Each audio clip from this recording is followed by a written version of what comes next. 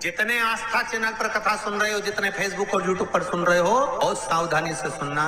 तो जिनकी यहाँ संपदा की कमी होती है, वैभव की कमी होती है, लक्ष्मी की कमी होती है, प्रतिष्ठा की कमी होती है, धन की कमी होती है, उसके लिए रविवार को अगर लोटा भरकर शिव को समर्पित करा जाता है तो घर में तेज लक्ष्मी प्राप्त होती। कभी ऐसा योग लगे आपके जीवन में कि आप जिस व्यापार को आपने करा उस व्यापार में आपको फल नहीं मिला,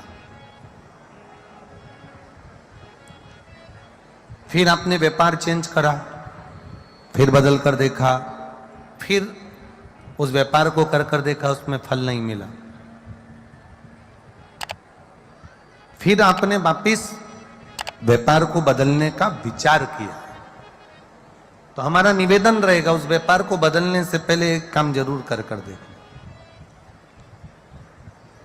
3 स्थान पर बेलपत्र को चढ़ा कर देखिएगा।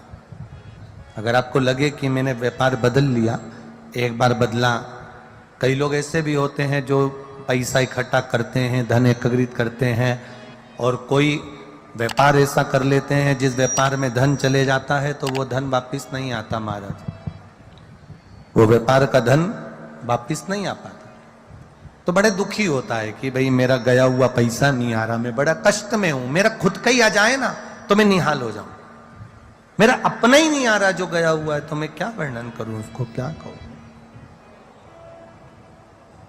उनके लिए भी ये प्रयोग, ये शिव विद्येश्वर संहिता का ये भाव बड़ा सुंदर है महाराज। आप व्यापार पर व्यापार बदल कर देख लिए, धन भी हमारा कहीं डूब गया, आ नहीं रहा है, तो प्रयास करना। 3 स्थान पर चढ़ाई गई बेलपत्र हमें सुख का अनुभव करा देती, बहुत ध्यान लगाइए। पहला, अशोक सुंदरी की जगह। अब ये बेलपत्र जब भी आप चढ़ाएंगे तो रविवार की अगर प्रदोष पड़ जाए, कौन से दिन? रविवार की प्रदोष के दिन ये प्रयोग अवश्य कर देखिएगा। ज्यादा बार नहीं करना है, केवल एक ही बार करना, बाबा उस स्वयं कृपा करेगा।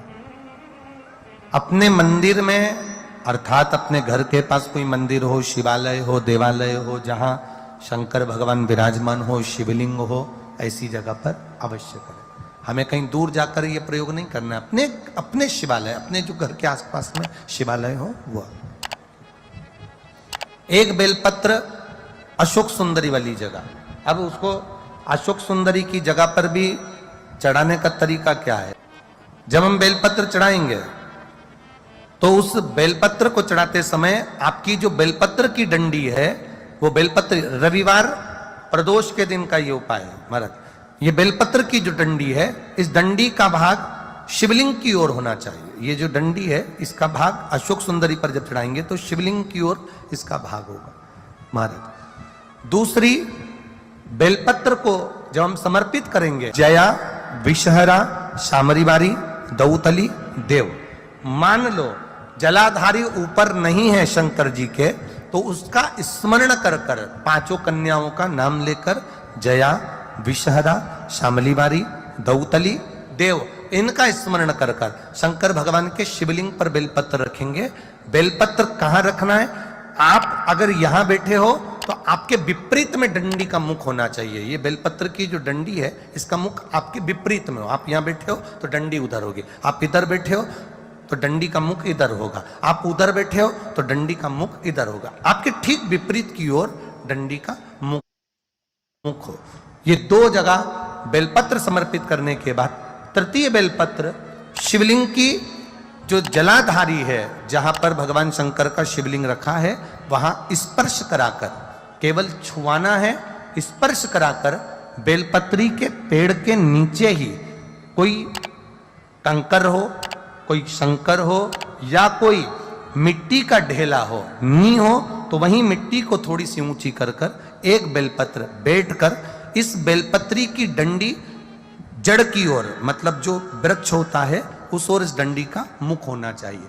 ये 3 रविवार के प्रदोष के दिन शंकर भगवान पर चढ़ाई गई बेलपत्र से हमारा गया हुआ धन भी पुनः आने का रहता है और हमारा जो व्यापार बार बार बंद हो रहा है, शिव की कृपा से एक बार चालू तो चालू हो ही जाता है। शिव तत्व को जान और निवेदन है सब भावों से करना है, हृदय चित्त आनंद जो विषय, चाहे वो शनिचरी प्रदोष हो, चाहे रविवार की हो, सोमवार की हो, मंगल की हो, बुधवार की हो, गुरुवार की हो, शुक्रवार की हो, शनिवार की हो, कोई भी वार की हो, प्रदोष काल में शाम का समय सूर्य डूब रहा हो, बस डूबा ही हो, और उस समय पर केवल 3 दिन ऐसे रहेंगे, 3 बार ऐसे रहेंगे, 3 तिथियां ऐसी रहेंगी, 3 समय ऐसा रहेगा जिस समय पर तेरे द्वारा निर्मित शूल को भी शिव धारण करेगा और जगत का कल्याण करेगा। 3 दिन, 3 तिथियां, 3 बार, 3 नक्षत्र, 3 घड़ी, 3 पल,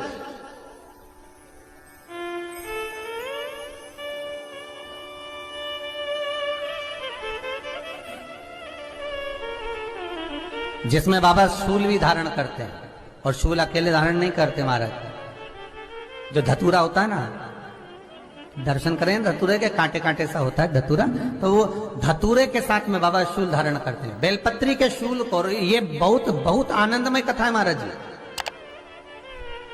जिसके जीवन में हमेशा कांटे ही मिले हैं। बेटी बड़ी हुई तो घर में मायके में दुख देखा, और मायके से गई ससुराल में तो ससुराल में दुख देखा, ससुराल में भी दुख देखने के बाद में भी पति को बहुत कुछ काम खुलवाया, बहुत धंधे खुलवाए, नौकरी लगवाई, पर वो पति बार बार छोड़ कर आ गया, बार बार तकलीफ भोग रहा है, बार बार कष्ट भोग रहा है। फिर थोड़े दिन काम करता है, थोड़े दिन छूट जाता है, फिर व्यापार में बढ़ता है, फिर छूट जाता है, फिर कोई दुकान खुलवाई, थोड़े दिन अच्छी चली, फिर वापस वहीं घर पर आकर बैठ गया, अर्थात उसके जीवन में वो शूलता चल रही है। तो बाबा देवाधिदेव महादेव कहते हैं, ये 3 घड़ी, 3 पल, 3 नक्षत्र, 3 समय, 3 दिन में जो शूल मुझे समर्पित करता है, उसके जीवन से मैं शूल हटा देता हूं। वो 3 दिन लिखे स्कंद पुराण।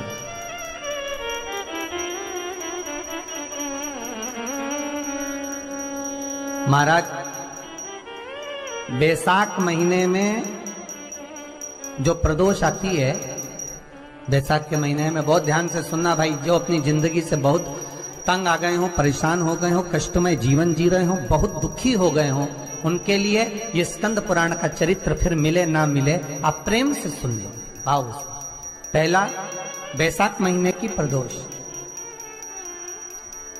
चाहे वो शनिचरी प्रदोष हो, चाहे रविवार की हो, सोमवार की हो, मंगल की हो, बुधवार की हो, गुरुवार की हो, शुक्रवार की हो, शनिवार की हो, कोई भी वार की हो, पर बैसाख महीने की प्रदोष, प्रदोष काल में